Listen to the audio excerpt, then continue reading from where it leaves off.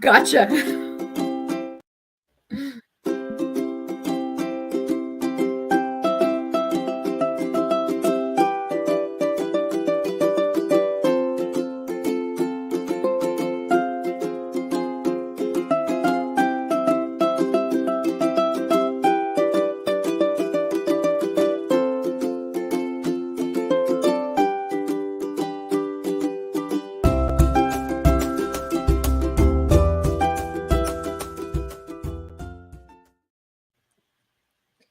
Sometimes people feel that times are changing and our kids aren't quite as what they used to be. Kids are getting smarter, as far as I'm concerned, learning younger. But the whole thing is how do we teach our children? How do we teach our children to become more disciplined, to sort of believe in themselves, to have that confidence? Because we all need that in life as we move forward.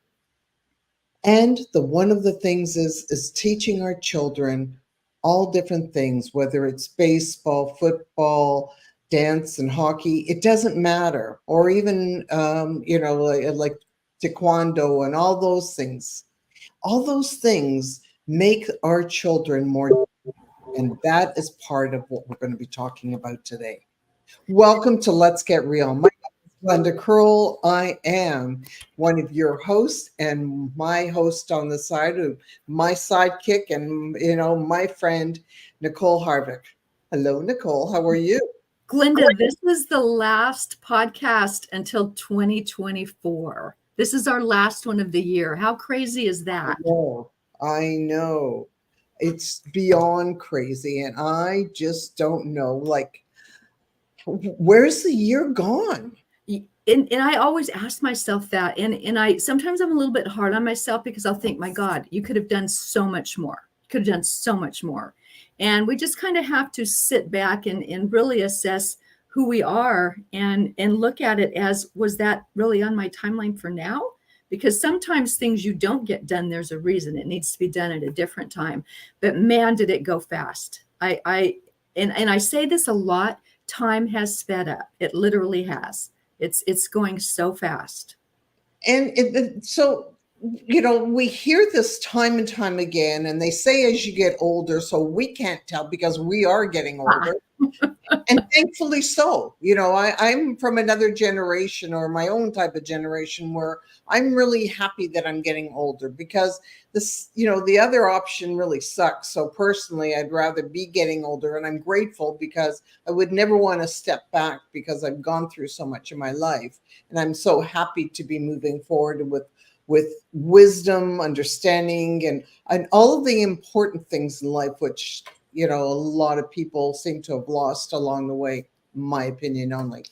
But it is amazing how fast time is speeding up. It really is. It really is. And, you talk about the wisdom, and we wouldn't be doing the show if we didn't have wisdom, which is when you think about that, it's everything that I look back on that did or didn't happen created the person I am today. And I like her so much. I loved her when she was in her 20s, but man, some things were, but I really love her now. And I think that's the key to not only to wisdom, but to growing older, is to love and appreciate the person you are in this now. I think that's really one of the key things that you just mentioned now, is that seeing where you have become and to be able to be where you are by loving who you can look at in the mirror. Yes, And absolutely. That's really the key. And there's still so many people that either can't or won't. And one of the things I've been really good about is taking responsibility, not just for my successes, but for my losses, and reframing that not as, why did that happen, which really victimizes you, but what did I learn, which creates who you become. But also, let's talk about, you just said something really important. You've learned from what has happened. Instead of, part of life is, and I know I did it when I was much younger, how I beat myself up for the things that I didn't do right, for the things that didn't work out, for the for some of the life that, I'm just going to be real, life turned in at some parts of my life to be a real shit show. And I'm really being real. It was part of my world, like it was like, I was the type that when things hit the wall, I didn't have one thing, it all hit it at one time. So I had always multiple things. And sometimes you don't always handle things the way that you look back and said, well, I should have handled it different. Yeah, that retrospect is tough on us. And, I do the same thing, but it's like, it happened the way it did for a reason. I might not know in this moment, but someday when I'll look back, it'll all make sense. And that's the thing. We have to oftentimes wait to a special point in time when we look back and we're like, oh, okay, I get it now. And I've had a lot of those moments to date, and I know I'll have many, many more. And that's just part of life. There's no one that really escapes it. It's just, it is what it is, and your learning continues until the day you die. So talk about learning. One of the most perfect person that we have coming on today is all about learning. And, we talked about just earlier about how we have to teach our children, and how can we teach our children responsibility, dedication, all these type of things, which are probably one of the most important lessons in life. It's not the thing of teaching a child to do something once, but it's to continuously to keep on. I remember when my kids were little and they went in and they did a program. They said they wanted to do it, and if at the beginning of the first little while, then when they said to me, no, I don't want to do this anymore, I said it was too bad. You had to finish it to that end, because what you start, you have to finish. Yes. And that was my way of teaching.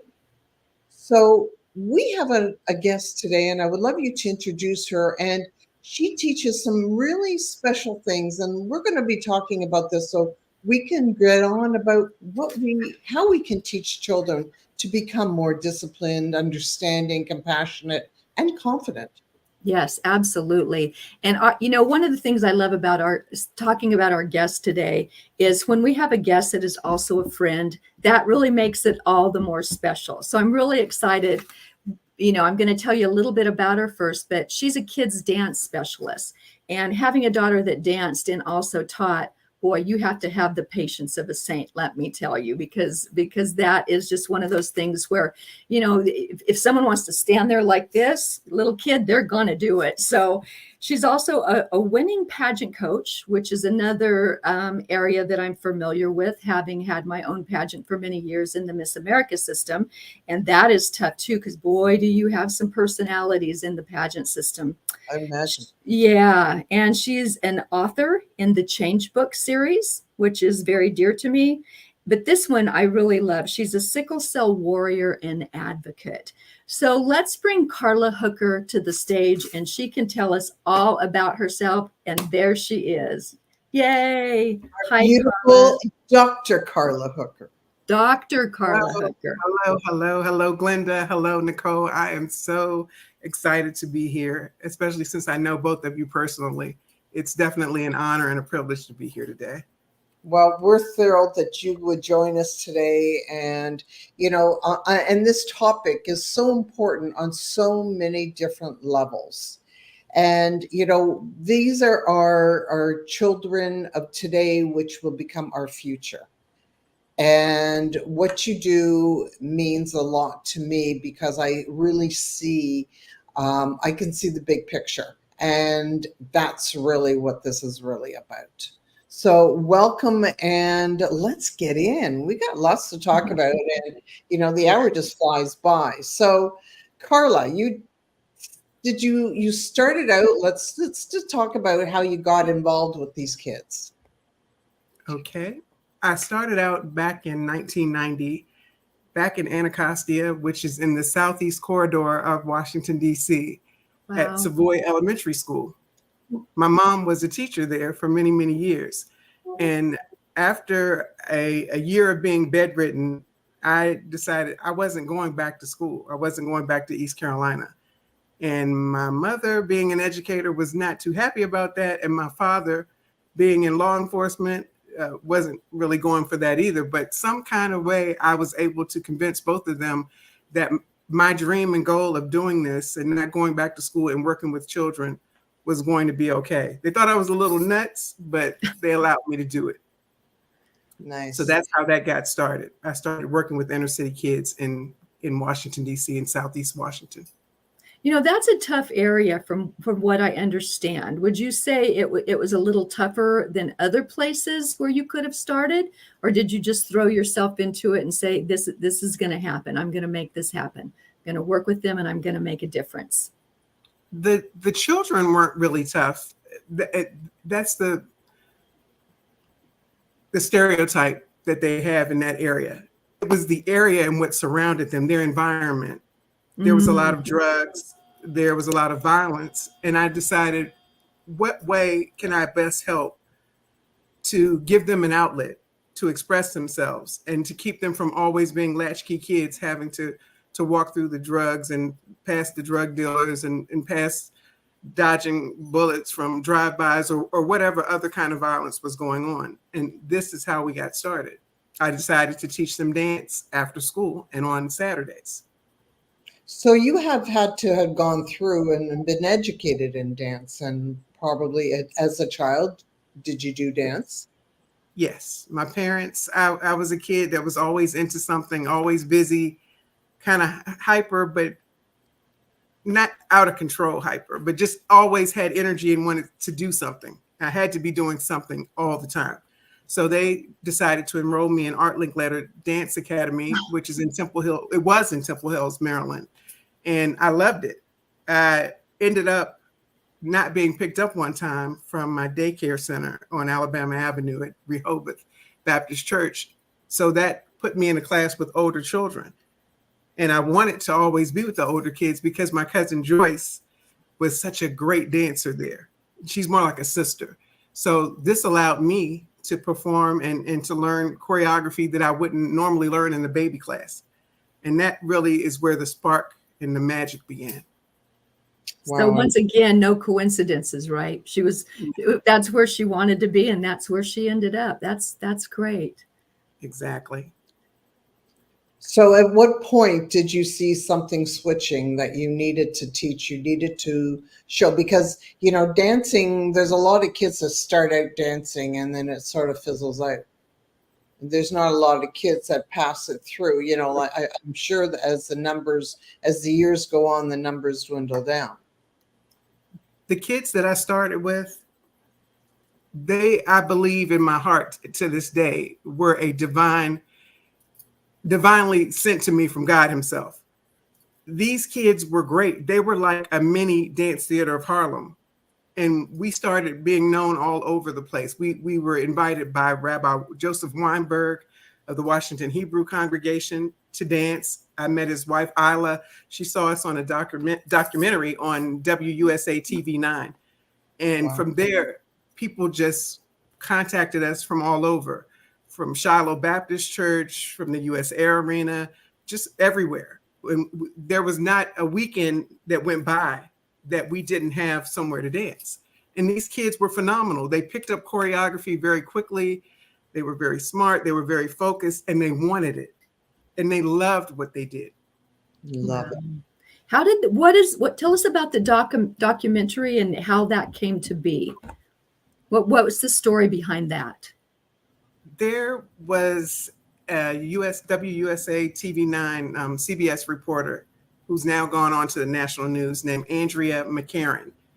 I don't know how she found out about me, but she gave the school a call and she left a message. I called her back and she said, I want to follow you all around. I'm going to do a little story. Well, the story ended up being a 2-day documentary on us. And she captured everything. And it really helped me recruit other kids and let other parents see that me being so strict with these 18 children was for a reason. It wasn't to be mean, it wasn't to be cruel, but it was because I saw something in them and I wanted to instill in them what they needed to survive the streets of Washington, D.C. successfully. And they've done just that. I'm very proud of them. So when we can put our children give them some focus in their lives, it changes them to who they are. By instead of being accepted through, what's going on in the streets, to knowing that their life is meant for more, wouldn't you say? Yes, it teaches them that it doesn't matter what your outside environment is.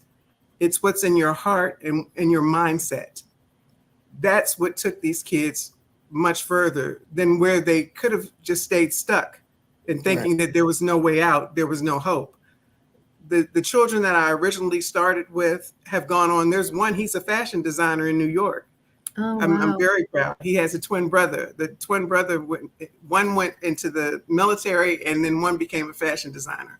There's one who is with the big recording company in the music industry. There's one I have several who are ministers now, which makes me very proud. I mean, and the list goes on. And then I have children here in North Carolina that range from being in college to going on and starting their own businesses. So it works everywhere, whether it's in the inner city, whether I've worked with kids in the suburbs out in Fort Washington, Maryland, or whether they're children here where I am in Sanford, North Carolina, in a very rural community, which is very different from the inner city that I started off with in Southeast Washington over in Anacostia. See, I believe, and I love this, because I believe that all of these things, no matter what you're teaching your child, whether it is dance, whether it is self-defense, or any of these areas of some place where you have to basically show up each week, you have to focus and try your hardest, it gives them the discipline. It's the start of showing discipline and so much more. Can you see the difference when you first start a child off in one area and watch them as they grow? Oh, yes. Usually there's some resistance either from the child and the parent or both, because they think that, well, I've never seen anyone do it this way. Because I don't just teach dance, I teach life skills as well. I teach them how to be good people and how to love everyone.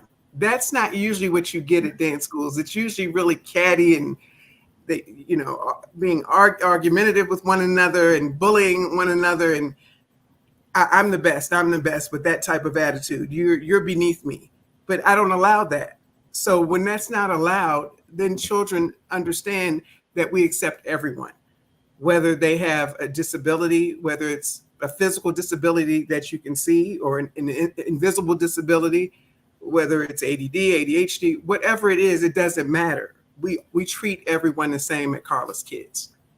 That's wonderful. And, I so agree with that with the kids, but so often the time during my daughter's dance years, it was quite often the parents that were far worse than the children. How did you deal with them? I had parents' meetings. Ah. And I made it clear that that's not what we do here. If you think that I'm favoring a child over yours, let's talk about it. But that's not what it is. I know who's suited for which part the best. I know who has the best technique. And then I might, every now and then, I would pick somebody whose technique wasn't so hot. Even if they just ran across and did a few bourrées across the stage, or a jeté that their legs weren't straight and they were a little crooked, or their pirouettes weren't the best. But sometimes that's all it takes to spark that confidence in a child and just change their entire life and their whole trajectory, whether it's with dance or whether it's in other aspects of their life. When their confidence is raised, then so are their standards. So that's beautiful. Now, I know this. How long have you been doing this for? A very long time, for 33 years. Wow. 33 years. That's some dedication right there. Yes, there have been times when I wanted to just give it all up. And there was actually a year where I said, I'm burnt out, completely burnt out. And my sister, Valerie, came and she taught for me for a year. I wasn't sick. It wasn't sickle cell. It was nothing like that particular year. I was just burnt out. And I said, let me see if I can just step away for a year. And if I still like it, I'll be able to pick it back up. But if I'm happy that I stepped away, then it's time to move on to something else. And of course, I stepped back in. I missed the kids, and I knew there was more in me. Yeah, and sometimes I think one of the greatest lessons that we can learn in our own lives when we know that we need that extra a bit of time for ourselves, or that time when you feel like you are burning out, and then we can keep on going, which a lot of times we do, until the part where we can't show up at all because we've gone beyond the burnt out section and we're just now gone, right? Yes. Now, we know you've had your own struggles with health, and, part of life is learning the lessons of what we've been given. And let's talk about one of the factors that you've been dealing with throughout your life and how you managed to go through it and balancing it off between working, doing your own work, carrying these children, because there is a form of you having to carry. And then how about carrying Carla through her own struggles of health that you have gone through? Well, I'm a sickle cell warrior. That's what we call ourselves, those of us who have a form of sickle cell disease, not the trait, but the actual disease. My mom, from the time, and she's going to get me because I know she's watching, but from the time that I was a little girl, and my brother Wayne, my late brother, she always told us, go drink some water. You're going to school. You will learn to be resilient. So when we were in a crisis, and she's apologized since then because she didn't know, they didn't know as much about the diseases back then in the 70s as they do now in 2023. But she knew that they always said, keep us hydrated. So when we said, we're aching, we're not feeling well, we need to stay home today. And she said, you're not going to stay home. You're going to school. And we went. So, sorry, go ahead. Mm-hmm. No, and we went. She no options. no other options. You're going to school. And we went to school. It helped us become more resilient. So, sorry for interjecting. I just wanted to, for those who are watching, and maybe you could just explain what sickle cell is, because not everybody knows what sickle cell is. Sure, I'd be glad to, Glenda. Sickle cell disease is an inherited blood disorder. And to make it simple and easy, because I'm not a medical doctor, I was a paramedic once, but to make people be able to understand it, I give everybody the kindergarten version. Perfect. Glenda and Nicole, your blood cells are shaped like a donut. I always love to use food. A donut, circular, and they flow through your veins, through your capillaries easily. My blood cells are shaped like a banana or a sickle. Mm-hmm. And instead of flowing through like your circular donuts, mine gets stuck and they get hard and they get sticky because of the lack of oxygen in the blood. So that causes pain and blood clots in the joints all Mm-hmm. over the body, in every organ, in the muscles, in the bones. So it's a painful disease. And sometimes it just has to be mind over matter. My journey is different from other people's. And I make sure I don't compare myself to other warriors because we all are different. And there's so many different forms of the disease. My type of sickle cell is I have sickle alpha and beta thalassemia disease, which is a very rare form. But our pain is the same for the most part. And there is no cure for that, right? That will just be with you. You just have to learn to control it and not have it control you. How does that work? Let me explain that also. There is a cure, There but is. I don't qualify for that treatment for the cure. There's a bone marrow transplant, which they have to bottom out your immune system completely, almost as if you are a cancer patient, which makes you even more susceptible to death or a disease or some type of infection.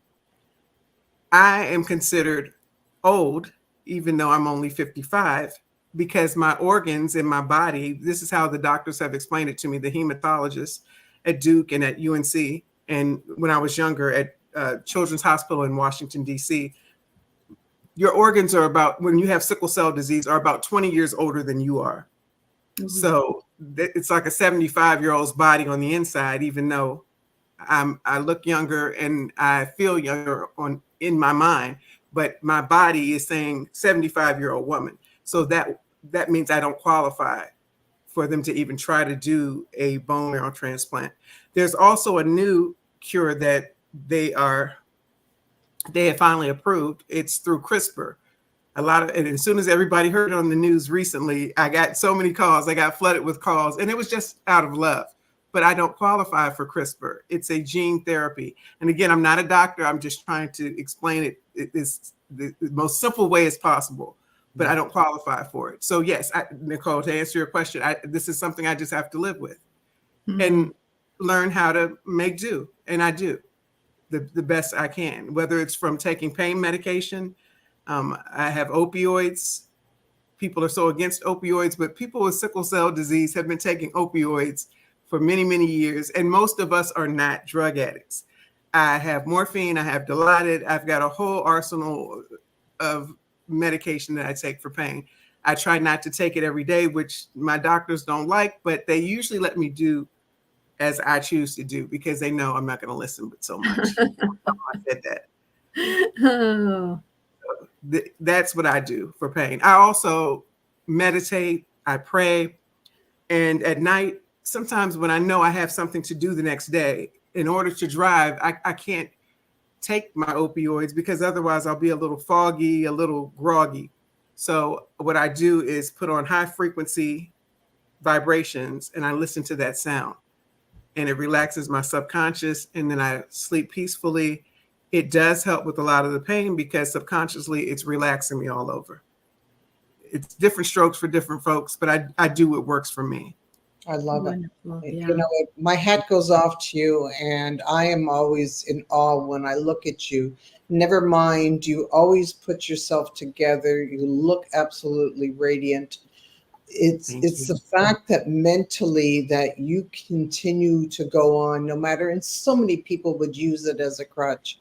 Oh, you know, I have this wrong with me, or I have that, and I know, you know, through the years that I have been on this planet of listening to so many people taking the easy way out, and I've never heard you've done that. And I think, you know, everything I go out to you by your appearance of how you carry yourself through this, and I think you're amazing. And I do as well. And you're always happy. Yeah.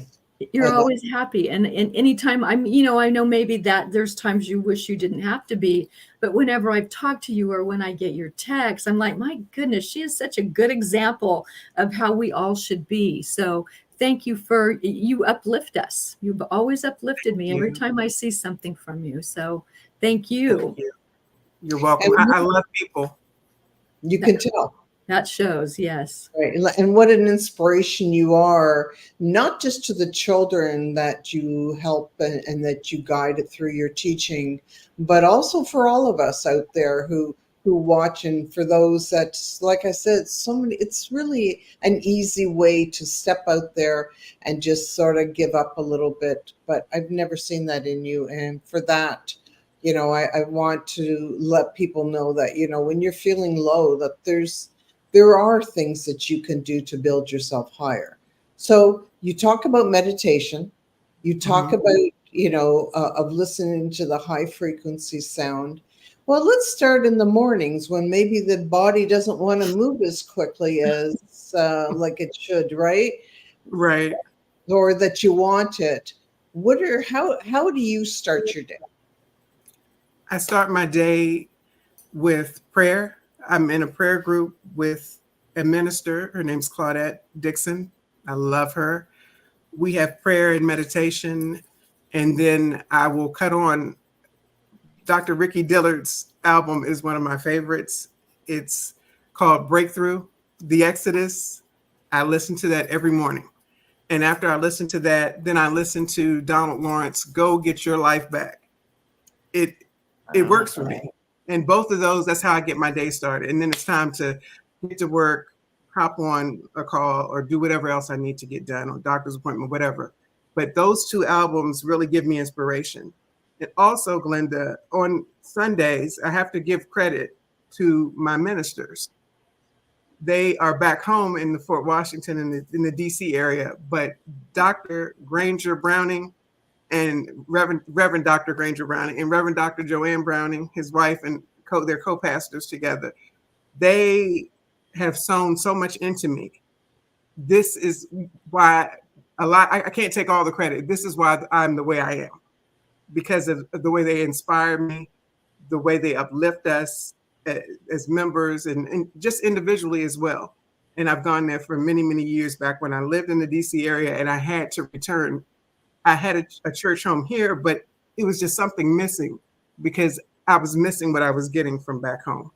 And I give all of them credit, from Pastor Claudette Dixon, like I said, to Reverend Doctors Granger and Joanne Browning. There's none like them out here. And I really look up to them. Yes. Well, we all need somebody to uplift us, sort of somebody that we can sort of lean on at times, and most importantly, people to inspire you. Part of life is to keep on going, especially when there's times where it's sometimes more difficult to keep on going than you first initially think about. But I'm thrilled to hear what you have done. Shannon Simpson says that you're a selfless and a true blessing to us all. And Shannon, I believe you're 1,000,000% right. I love you. And Dr. Carla Hooker is, she's a ray of sunshine. And some days, on cloudy days, you look at her and all the different things, and all of a sudden this bright shining light appears. And it's so needed right now. It's so needed right now. There's so many that just take advantage of people and, downplay everything. And here you are, you do have a disease, and there are days you might not want to get out of bed, and you do, and you make other people happy. No, I've never heard her judge. I've never heard her say a bad word. And to me, you are the epitome of what all of us should look at and strive to be. Oh, thank you, Nicole. I really appreciate that. To me, not just having sickle cell and being a warrior, but surviving palliative care twice, I didn't have to be here. So I say God, some other people may say their creator, or they say the universe, or whomever they believe in. I know that I have a purpose, a higher purpose. To have survived having my organs shut down twice. Yeah. And COVID 3 times. And I'm still here. That's something to be happy about. That's something to be proud about. That's something to rejoice about and celebrate every day. Absolutely. What caused your organs to shut down? What was that scenario? The first time I was at Holy Cross Hospital in the Washington, D.C. area, and I had a sickle cell crisis, acute chest syndrome, which is connected to sickle cell, and double pneumonia. Mm. And my organs were shutting down. My body just had fought all it could fight, so it thought.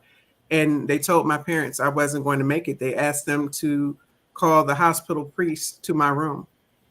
I had been intubated and everything, but I'm here. And the second time was at Duke University Hospital, and I thank them because I had 5 teams working on me. I had 2 research teams, a hematology team, an ICU team, and a COVID team.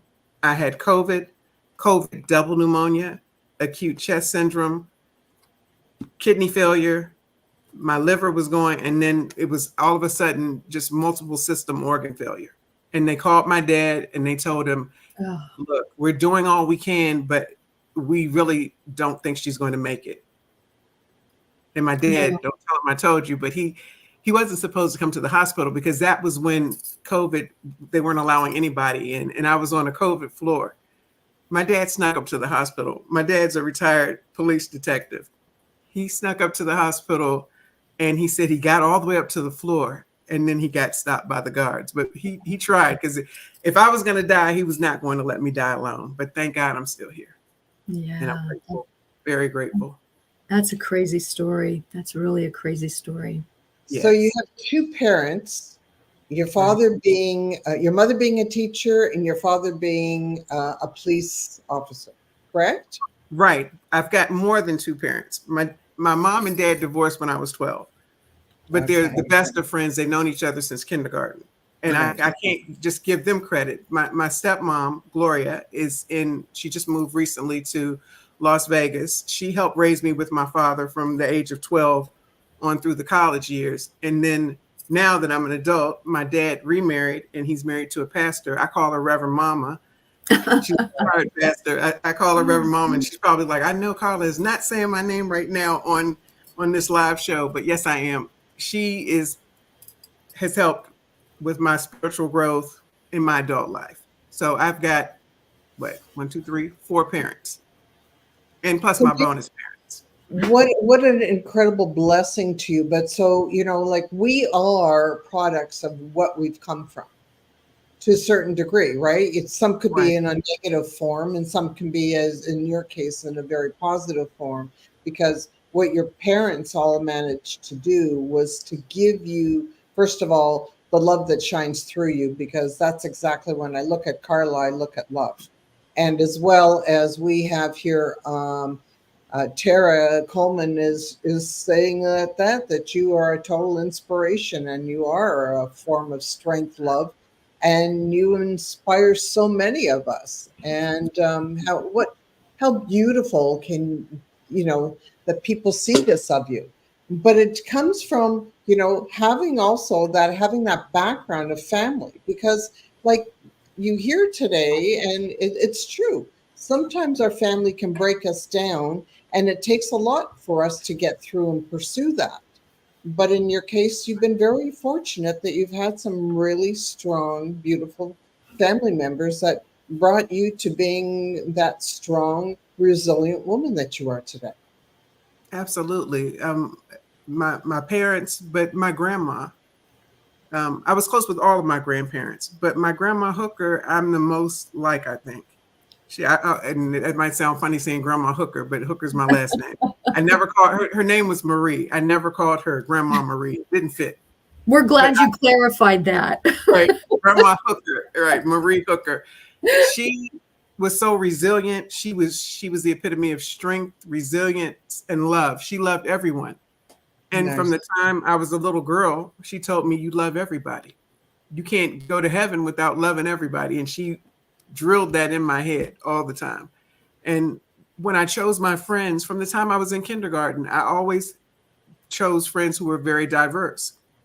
And I'm the same way now. Some people get angry and upset with me, but that's their personal opinion and their choice. But I don't care what color you are. I don't care what background you're from. I don't care what political party you're from. I love the person and I look at their heart. That's how I judge. I wish a lot more people in this world today would be saying that same thing. It's Oh, something that we're just not getting enough of in our lifetime right now, as I see it. So much trauma going on and so much anger and hatred going on that it's really hard to believe that people can't look back and see people for the loving souls that they are. Absolutely. yeah. And that really is the only way to judge. Your heart is your truth center. So you're going to find those right people. They're going to come to you. You're going to be drawn to them. And like you said, it doesn't matter color or religion or anything. It's just who are you at the depth of your soul? That's what we need a lot more of. Not what sport team you're, No, watching play this weekend. It's gotten crazy out there, and we need more of you, Carla. thank you, Nicole. I Thank think you. that one of the things, and it's, when we can learn to accept our differences and learn that it's not about what like what you believe in and all the rest of that. It's really true of how much compassion and understanding that you can give to one another. And I think for children in today's, and that's why you're such a perfect role model for this, is because children need to understand that you're okay just the way you are, and we don't have to sit there and mold you into being something different. No, So shine the way, show us your shining star, and we'll love you no matter what you are. Yeah, I never believed in the cookie cutter image of a ballerina. I'm full figure now at a size 16 and proud. But previously, I wore a size 4 and 6 when I modeled professionally many, many moons ago. When people bring their child to me and they say, let's say the kid is a little heavier, or if it's a boy, they're a little wearing a husky size, it doesn't matter. That doesn't mean that doesn't make them a great dancer. And there are parts and there's something for everyone, not just in my school, Like but that. also on Broadway or just different areas in life or in the theater or wherever. But I don't turn a child away because of their size. My mentor, the legendary mentor, the iconic visionary, Arthur Mitchell, never turned a dancer away just because of their size, nor because of their economic background. And he always told me to make sure I never did. And he always said, never turn any boy away. But he never turned any child away. And I have not either. I don't care if they're in a wheelchair or whatever. I do explain to the parents certain limitations, but we work around them. Yeah. None of that matters. That's wonderful. And on your bio, it talked about being a winning pageant coach, and who you are right now compared to people in the pageant world. You're the antithesis of many, many, many people that I know in and from that world. How do you reconcile that with the way people are treated in the pageant community, or criticized, or put down, or made to lose weight by their directors, or told, you can't have that haircut, you've got to lose weight, you've got, that's not the right color for you. They win one way on stage the night, let's say they win their pageant, and then they're whisked away only to be changed. Right. How did you work in that world? I haven't worked in the world as far as the USA and the national championships, but the local championships I've coached in, and I've been very successful. First, it's convincing the girl that it doesn't matter what size she is. It's her poise, her confidence, her grace. That's what matters when they see that on stage. I've had 2 full figure winners. One is now I believe she's a sophomore at North Carolina Central, Danielle. She's probably going to get me for saying her name, but I don't care. and Piper Kate. Piper Kate won 2 years ago, a local competition here, and she's full figure. And her dad was so worried about her size and her not, being able to walk correctly. And her mom said, hey, if anybody can help us, let her help us. And now they're extended family with me. But she won. Nice. It was changing her mindset about how she thought about herself. And this kid was so shy and introverted, and I watched her transform from that little, like in a little cocoon, to a beautiful butterfly who goes out and speaks to children. She goes to senior centers. She's making her college plans, and she's just doing phenomenal. That's all it is. I learned that again, back to my grandmother, you treat people the way you want to be treated. I was treated that way when I modeled professionally. I would go see sometimes for the agency that I was with, and they would say, you're too short, you're too this, you're too that, you're size 6, you need to get in a comfortable size 4. I'm 5'9". So me at a size 4, some of my girlfriends were like, are you anorexic? Because you look like you need to eat. They could see my rib cage. I was told, oh, what's wrong with your tooth right there? What's that? And they would get in your face really close and just, scrutinize everything about you. So I know what that feels like. And I let the kid tell me what flaw that they feel that they have that's so horrible. And then I tell them, so what? Who cares what other people think? Lead with your heart first, and then they will see your beauty from the inside out. Yes, and you'll win. I agree with that. Yeah, and you'll win, and that's what happens, and they win. Absolutely. Do you think pageants are still relevant in this day and age of judgment and criticism? Would you say no more, or would you say it's still very beneficial for young women? I think it's still very beneficial, not the negative part like we just mentioned, Right. but if it takes someone giving them confidence and allowing them to shine and glow and become who they really are meant to be, then I think it's beneficial. That's why I usually try to encourage parents to get their kids in a pageant, at least one. My daughter was very shy. She's going to get me for talking about her. But my daughter was very shy. I mean, painfully shy, and would be so anxious to even talk. A lot of her teachers didn't even hear her voice until years later. Well, I put her in a pageant, and then I put her in another pageant, and in another pageant. She never won, but a lot of the judges would tell her, you should win, and you should go on to the national level. She didn't, but my daughter became a police officer. Oh, wow. Now she's not now, but she was a police officer. So from that introverted, just scared of everything, to somebody who was protecting and serving, I'm very proud of that. And I think the pageants help spark that in her. So I think it's still beneficial. Yes, definitely. Thank you. It's interesting to see that. Like I had the experience where my daughter went in and did modeling for a short time.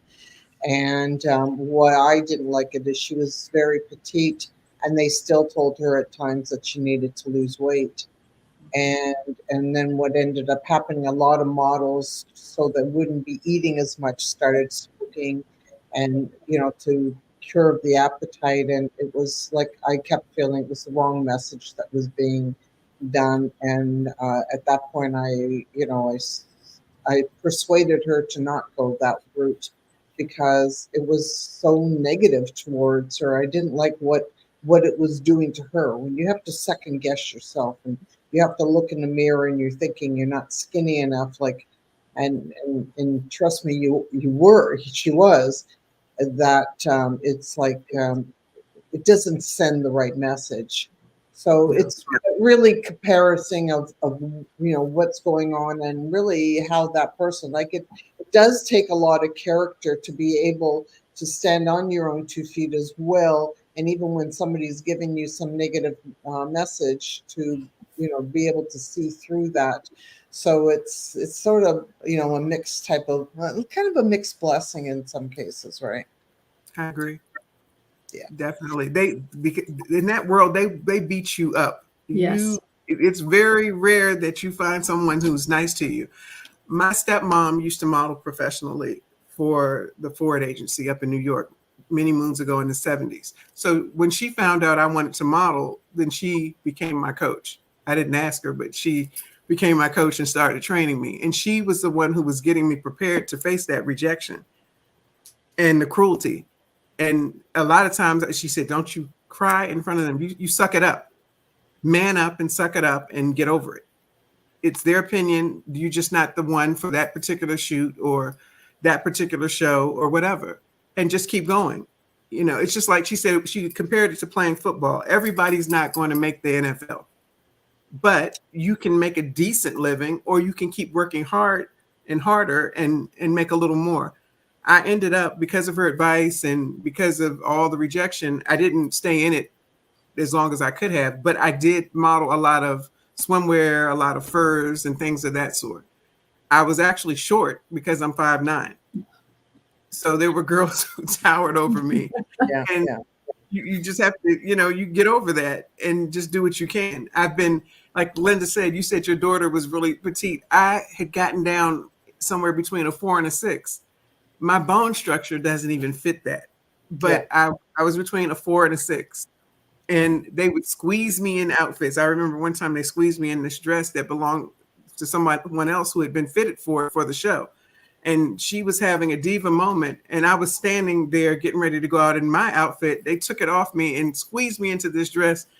It was so tight I couldn't breathe. It felt like a straitjacket or a corset, all the way down. And I was walking like this and almost fell over on the stage. And they squeezed me into some shoes that didn't fit either. They don't care. It's about making money. If you find someone who really cares about you in the modeling industry, usually they're high up, like Naomi Campbell or people like that, who've already created a name for themselves. But it does develop character. I'm glad I did it. Would I do it over again? Sure, because it's made me who I am. I love that. So if you had a special message of somebody who didn't have the confidence in themselves, what would you tell that person today?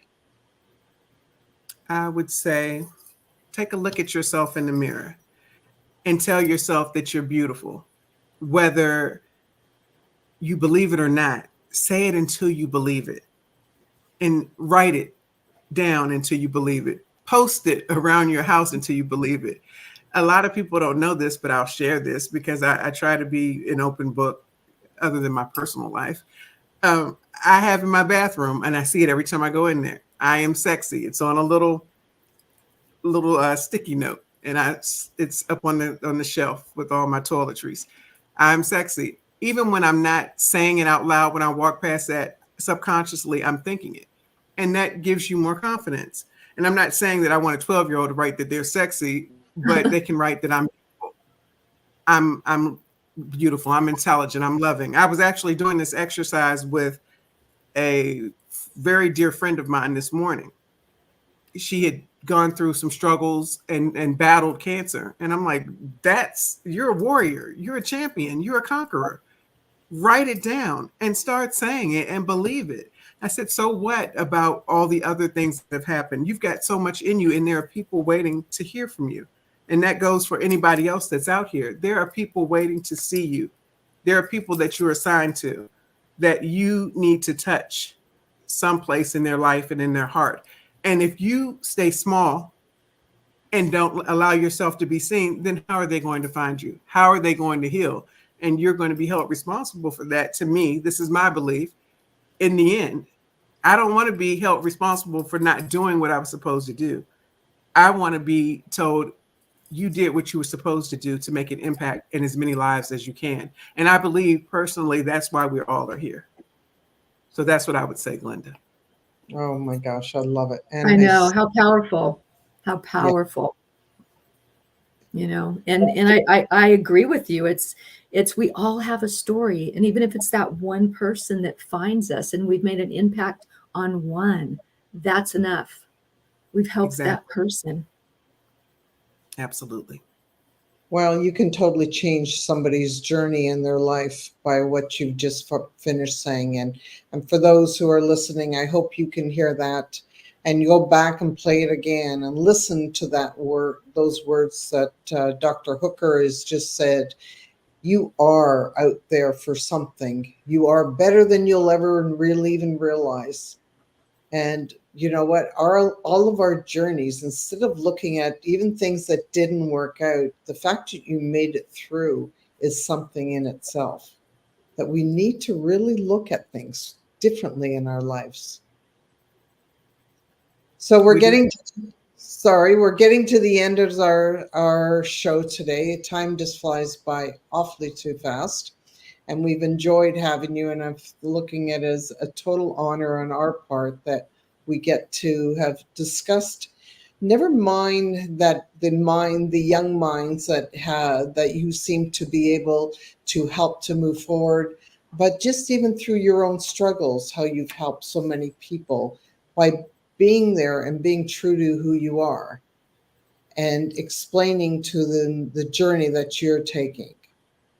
What is the message that you want to give out to people on your level, of your people that might be challenged by some health situations? People on my level, whether you're another sickle cell warrior like I am, or you're dealing with another struggle of your own, you are enough. You can do it, even if you have to do it through the pain, through the sickness, through the fatigue, or whatever it is, through the nausea. I get nauseated sometimes too, through vomiting, whatever it is, you can still do something to make a difference in the lives of others. Don't sell yourself short. Don't allow whatever affliction or disease that you have to stop you. It's just a distraction. That's what I call it. It's only a distraction. There's so much more in you, because this is, again, my personal belief. if God allowed it, then there's a purpose in it. So even with me having sickle cell, even with me dealing with palliative care and dealing with the pain, there's a purpose in it. And I can still help and reach people just as you can. So don't give up and love yourself, and you'll be able to continue to love others more. The greatest message I can hear. Thank you. You are Nicole, what are your words of wisdom you would like to add in today's series that we've just done? Listening to Carla today, it really opens you up to having a world of kindness, having a world of acceptance, having a world of hope. And sometimes when you look around, you're like, there's not much of that left anymore. But then someone takes your stage and you're like, oh, they're still out there. And for me, that's very, very important because I try to exist in a much higher vibration. I want people like Carla. I want to find them. I don't want to be arguing about, something trivial. I don't want to argue about, Republican and Democrat. I don't want to argue about sports. Those things in the big scope are so meaningless compared to people's feelings, to people, how you can make them feel. Sometimes just a kind word will go so far because maybe they haven't heard it in a long time. We don't know. And if we take the judgment out of everything that we do and just look at it as we don't know, do what we think is right. If they don't acknowledge it, that's okay. We did the right thing. They might not receive it, but we put it out there. Well, who knows if they do, if they think about it and receive it later.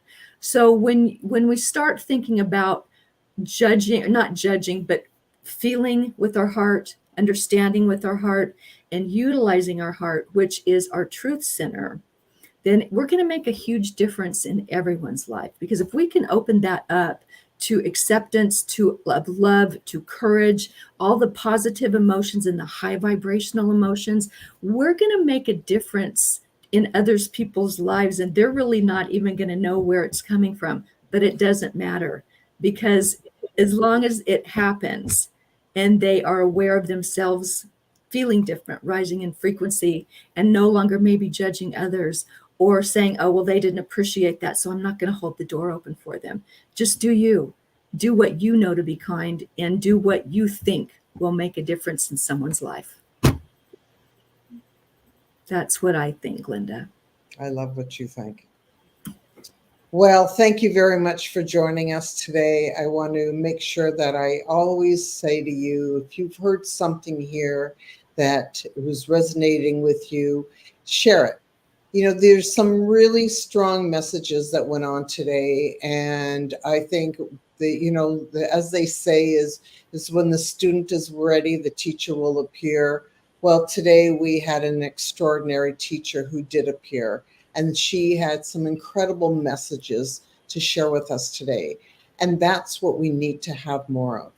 I love the fact that we brought you on. Carla, you were straight, honest, and actually you spoke from your heart and you said what we need to hear. But the most important thing, just like Nicole said, is we just have to have a little bit more understanding, passion, and love in our hearts. And it will make such a different world. Carla, I want to thank you from the bottom of my heart for what you do. You are truly a warrior, but a warrior with the biggest heart I've ever seen. And I love you for it. You are a magnificent soul. I wanted to thank you for coming on today and joining us on Let's Get Real. And you are the real thing. And I can't wait to speak to you all so soon.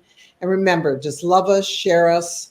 But you know what? Reach out to somebody else who might be having a little bit of a harder day and stop trying to make up stories. Just understand them from where they're coming from.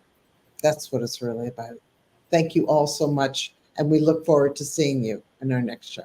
Bye for now.